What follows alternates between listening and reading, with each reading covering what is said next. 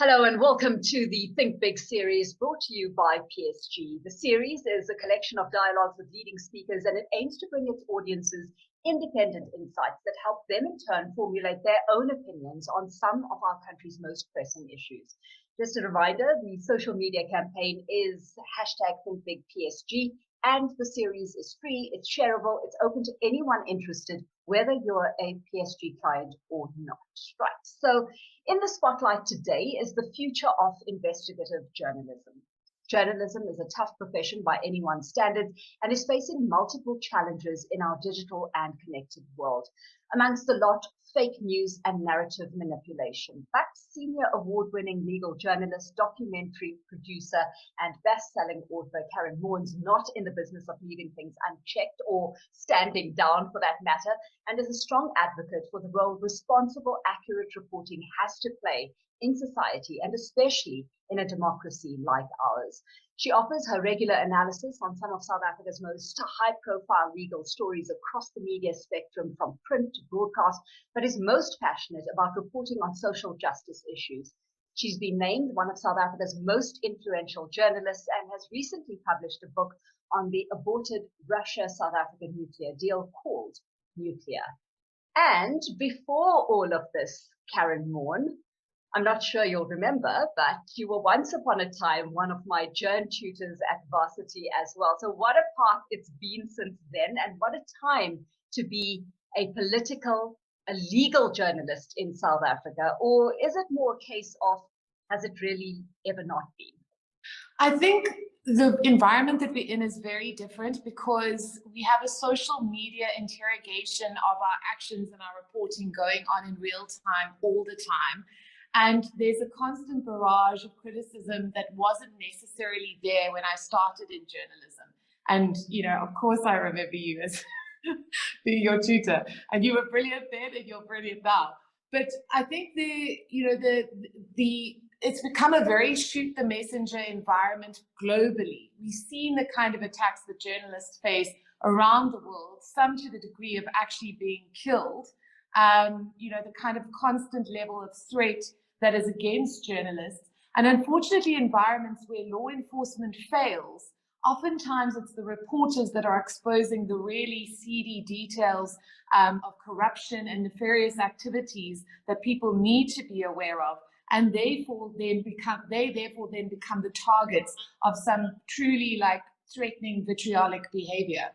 Yet you've taken, if we can call it, a Spitfire approach to it, so much so that you walk a Twitter minefield daily. More seriously, you've received legal threats from former President Jacob Zuma. In fact, you're currently facing criminal prosecution from the Zuma family for reporting on his court cases. To what extent do instances like these rattle or deter you? I think the thing is that for me, my faith is pivotal to what I do. I fundamentally believe that I'm here for a reason, and I conduct myself in a way that is ethical, that I can justify morally.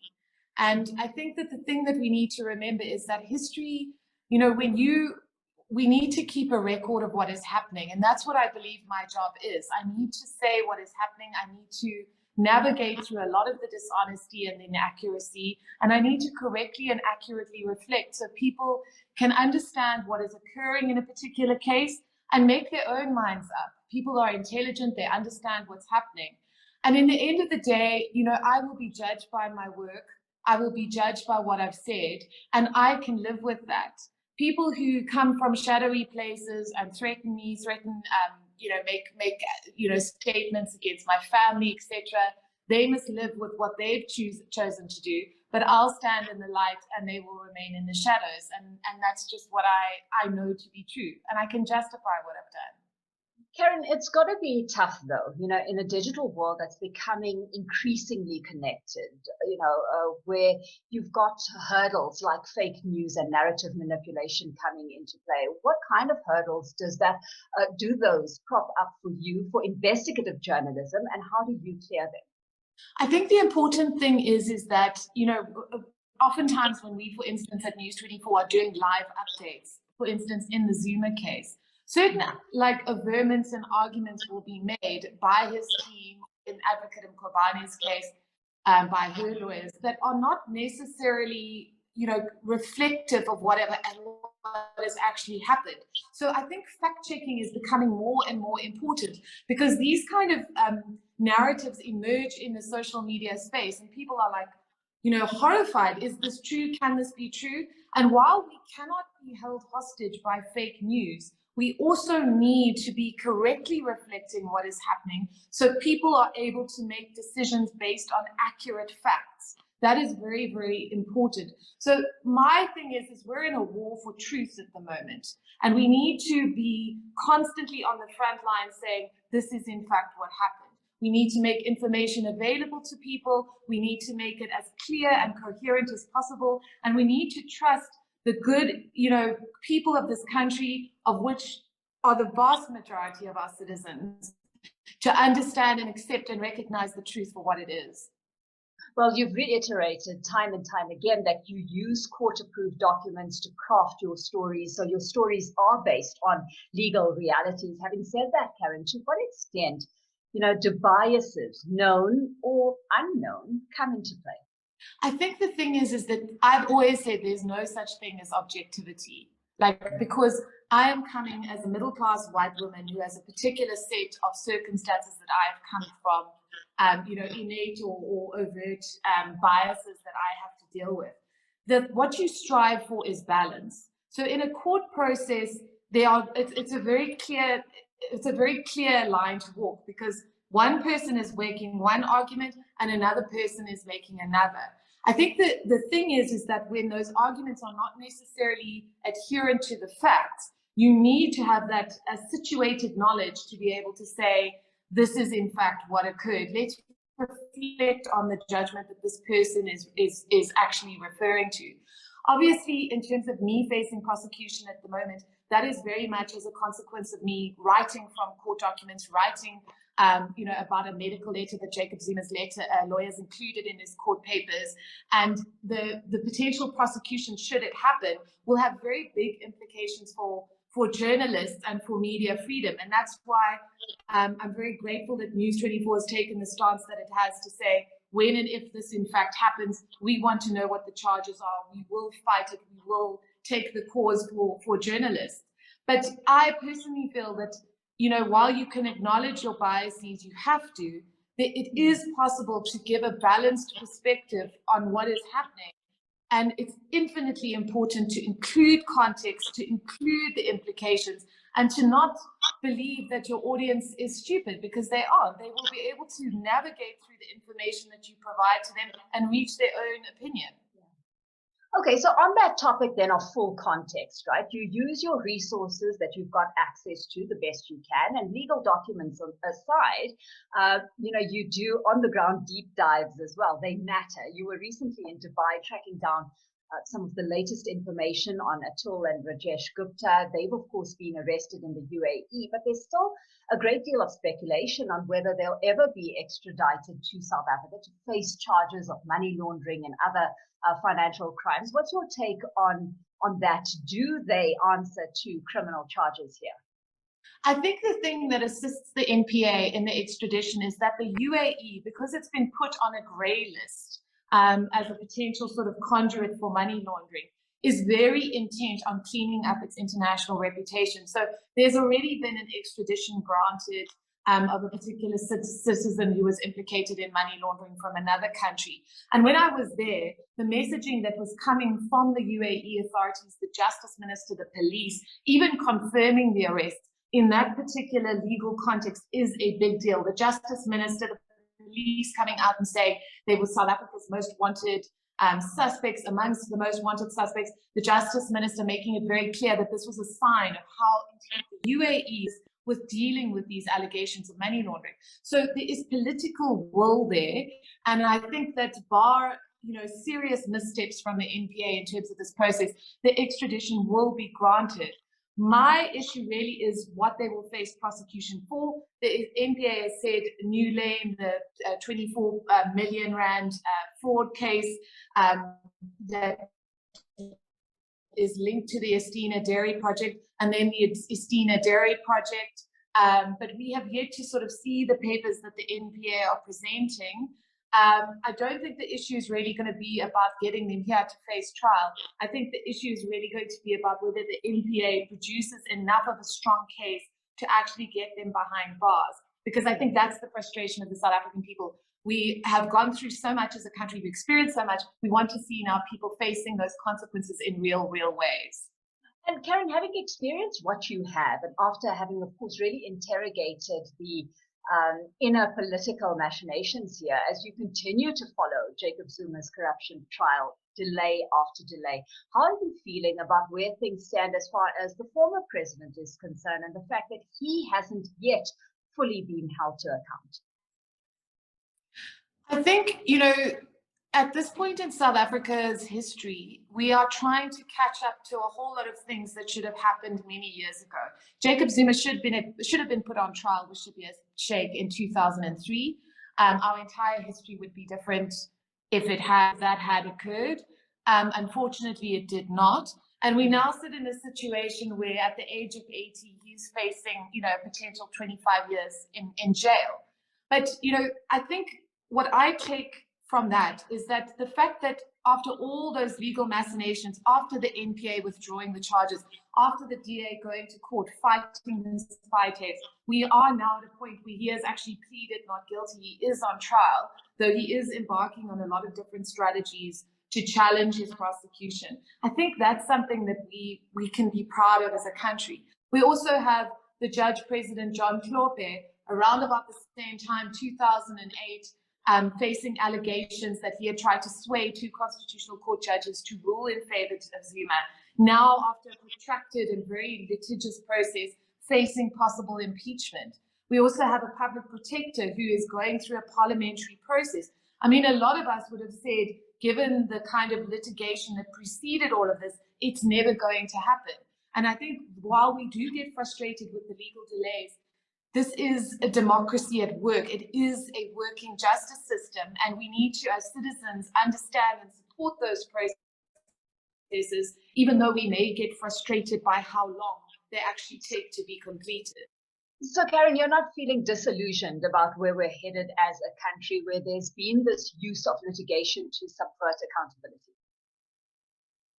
I think that's very understandable, and I think that we as a country are going to have to start interrogating what appears to be manifest abuse of the judicial system by people who continuously deride it and constantly going on about how they're being mistreated by the courts. Jacob Zuma has been extremely critical of the courts. Busisiwe Mkhwebane has been extremely critical of the courts. The current judge president has, mounted attacks on anyone who has ever required accountability from him. Chief Justice Zondo is under constant attack because of the Zondo inquiry. And I think it's for us as citizens to say, in that context, what exactly are you criticizing? Specifically about this judgment, what is the problem? What is the issue with the reports? Like, you can't simply deride the judiciary that you utilize to further your own interests without being held to account and being required in a very critical, nuanced and respectful way, which you demand for yourselves, to then, to actually explain what your critique is. So I do understand the frustration. I think that, as ordinary people, if we are faced with accusations of wrongdoing, we go through a court process, we are held to account. But it seems like the powerful are able to abuse that system to their own ends. And I think at some point, and I'm hoping that it happens with the Jacob Zuma matter, because that's a pivotal issue that's before the Constitutional Court at the moment, there is going to be a line drawn in the sand and simply say, listen, you can't embark on these appeals during a trial. You need to do it at the end of the trial. This is what Judge Pitkun has said. I think it needs to be a recognizable line that is drawn in the sand by the courts. Yeah. Karyn, so where the state capture report is out, in summary, it took, over 4 years, 300 witnesses, 3,171 summonses, 8.6 million pages of documents, 1 billion rand approximately worth of taxpayers' money to implicate over 1,438 people by evidence, in the state capture report. And these numbers are just mind-blowing. They're staggering, right? After all of this, President Ramaphosa has until September now to reply with a plan of action. How do you see the president and the ANC responding to their obligation? I think that, if they don't take palpable action, it is literally going to be the equivalent of having opened like South Africa as a human body up and seen how riddled with the cancer of corruption we are, and then asking us to sew ourselves back up and keep on carrying on. It's not something that we can do. And I don't think the South African people will accept it. The ANC is at the brink of a massive electoral disaster because the entire country, in many respects, apart from its kind of die-hard levels of support, are very frustrated with its apparent, very overt mismanagement of what should be a thriving economy, dense, amazing natural resources, incredible people, and there is a great deal of frustration. So I think that if there isn't clear and palpable action as a result of this inquiry, I think that there is going to be serious consequences for the ANC, and they are very much aware of them. We can't continuously have this culture that we've had since the TRC, since the Truth and Reconciliation Commission, of using commissions as a mechanism to avoid or to deal with serious and profound economic, political, social scandals, and then asking us to just accept it when nothing happens. I don't think we as a people will tolerate that anymore. Yeah. Well, as we wait for that to unfold, of course, I put the focus on this unfolding story because it's the big one, right, of national interest spanning years. It has so many other stories interlinked to it as well. But you've been a part of so many high-profile court cases over the years, Karyn, even outside the political arena. So which one in particular has stood out for you and why? Sure, there are so many, but I mean, Ina Bonnet, who is actually a PSG employee, and she went through the Modi Modi monster trial, and she was such a profoundly impressive person because she had gone to experience this horrific crime, her son murdered, horrific sexual violence inflicted on her by her ex-husband. And I remember one day being so horrified by the evidence that I actually started crying, and she comforted me. She was like, it's okay, it's okay. I mean, I meet people like that all the time, but I mean, people who are just that's who South Africans are. They're brave, they're resilient, they come through absolute disasters and they carry on. And she has used her experience to become such a powerful voice against GBV and domestic violence. And she remains one of the most heroic and amazing people. And I was very blessed that she allowed me to write, in some degree, part of her story. And I think that was definitely one of the most amazing experiences that I've had as a journalist.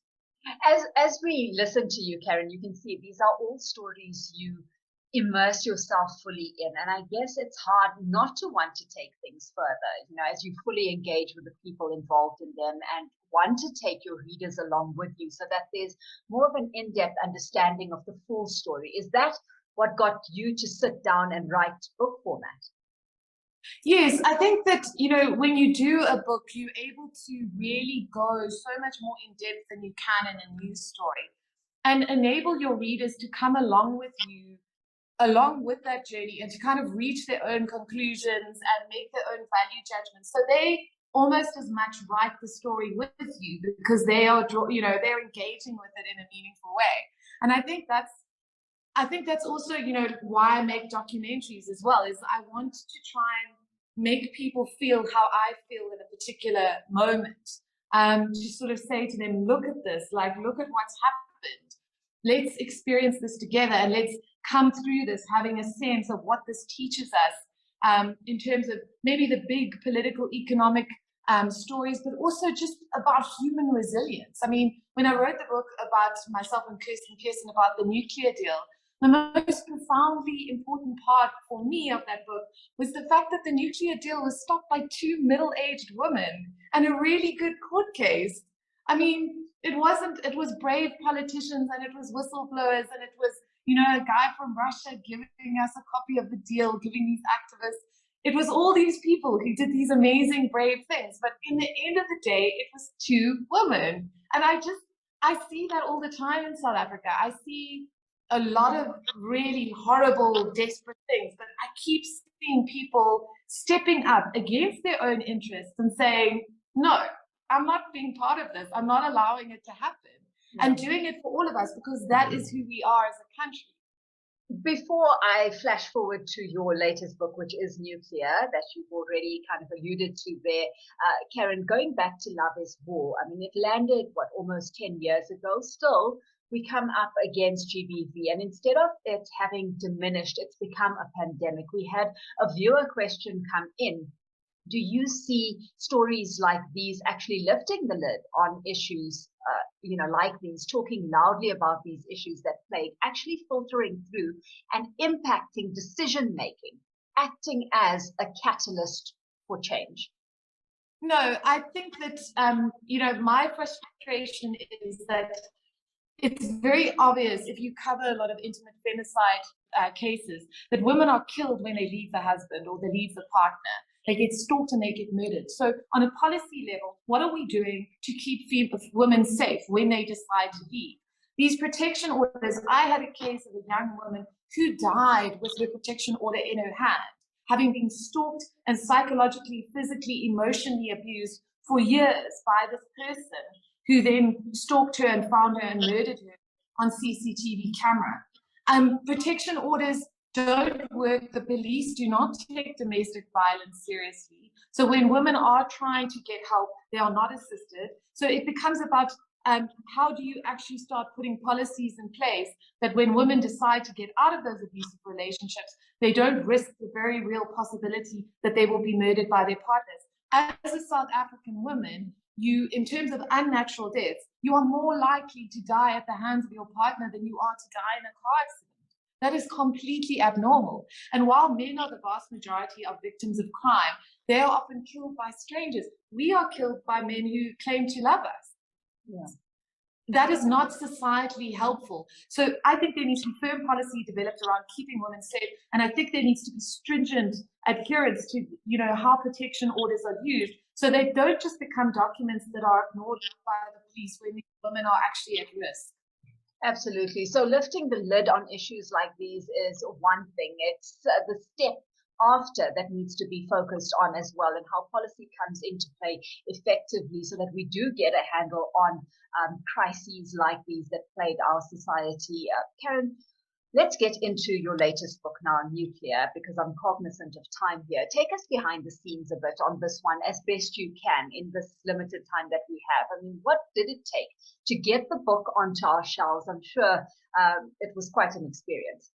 Well, essentially, it looks at the Russia-South African nuclear deal and the way that it was birthed in the former President Jacob Zuma's belief in 2014 that the CIA were trying to poison him, utilizing his wife, Mantuli Zuma. And this bizarre scenario where she is subjected to kind of 5 years in almost house arrest while the State Security Agency investigates this apparent plot against the former president.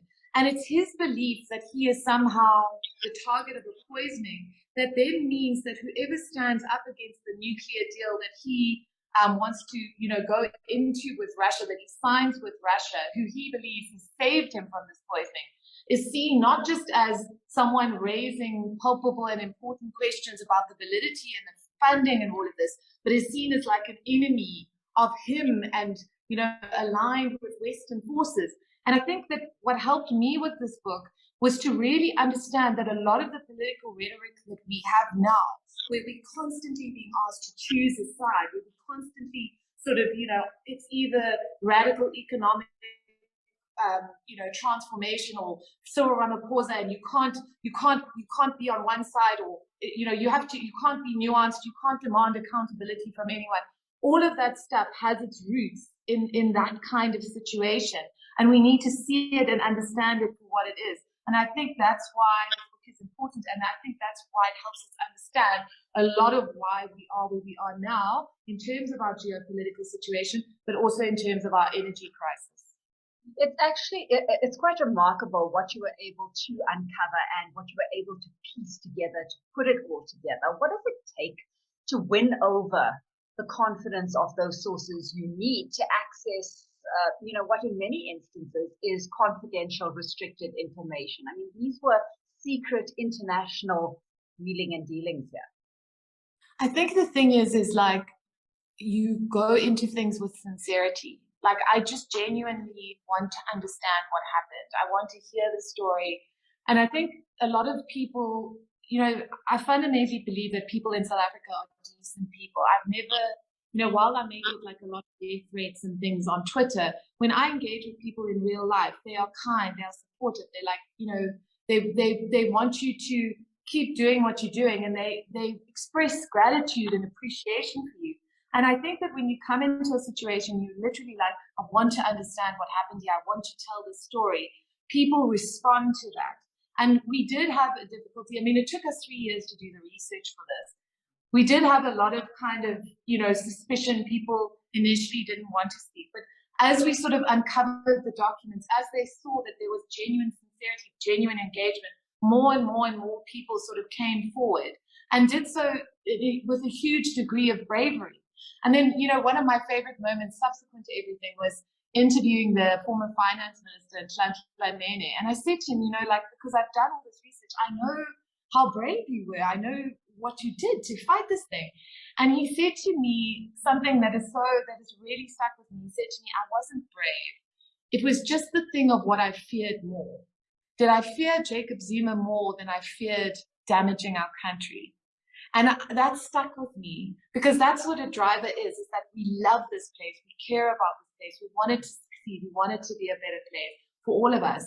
And we can't like allow people who want to bully and intimidate us, allow fear of them to dominate a greater and more important fear. And that is the preservation of a democracy that can and should work and should be preserved and should be fought for.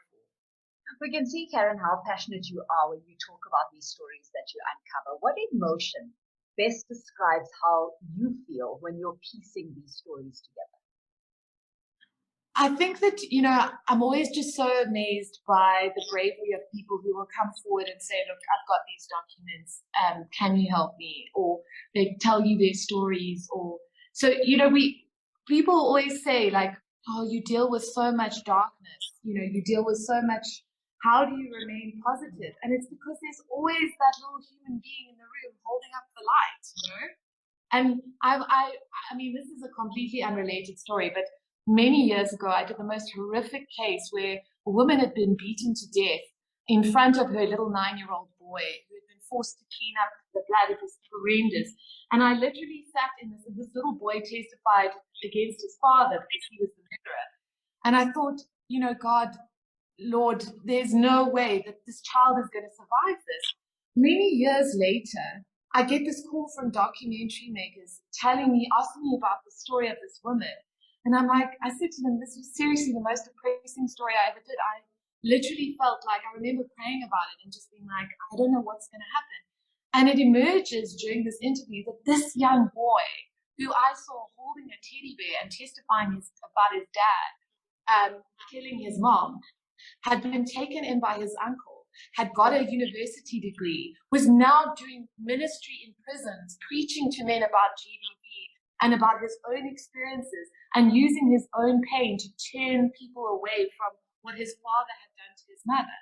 And that is the miracle of this country, that we are overwhelmed with so much very profoundly distressing things, but there are always life in every room, and we have to find them, keep them, and add to them as citizens. Yeah. Like I say, you're portrayed as a patriotic optimism. You've outlined now just a lot of what keeps you positive about the future of South Africa. And because we've run out of time, I'm going to end on a note on your hope for the South African future, right? Who do you think could be the next president of South Africa? Who do you want it to be? Is there a stark difference? So let's listen to that. Who do you think the next president is going to be, and who do you want it to be? And is there a stark difference between the two? I want South Africa to be led by the people within this country. I think we've got to get out of this thing of thinking that we're going to get a leader who's going to save us, because fundamentally from the Zondo inquiry, we have seen that the way in which the ANC has operated and continues to operate, maybe it'll change its ways, is fundamentally corrupt and problematic. And I see all the time, young people who are so profoundly energized, so passionate, so ethical, but are not in government because they don't want to go along with the unethical, lack of integrity, dishonesty that has defined leadership this far. So I want to see this country led by someone who isn't a politician, someone who is genuinely passionate about building, who is not in it for themselves or for their own interests, but is in it because they care about this place and they want to take it into the full potential of what it can be. So that is what I'm hoping. There is electoral reform coming. We can potentially be independently electing independent candidates. And I want to really see people who can and should be leading, stepping forward and saying, I want to do this, and getting the support of this country. Well, Karyn, despite all that you come up against, I'm sure that yours is a voice that won't be muted by intimidation. We recognize the work that you do, so thank you for that, and thank you for having joined us on this webinar today. It's been an absolute pleasure chatting to you and catching up. To our viewers, this webinar will be available via podcast. We welcome, of course, your feedback as usual, so please communicate with us and engage with us using the hashtag Think Big PSG, and look out, of course, for our next speaker in the Think Big series as well. From me, Alishia Seckam, it's bye for now.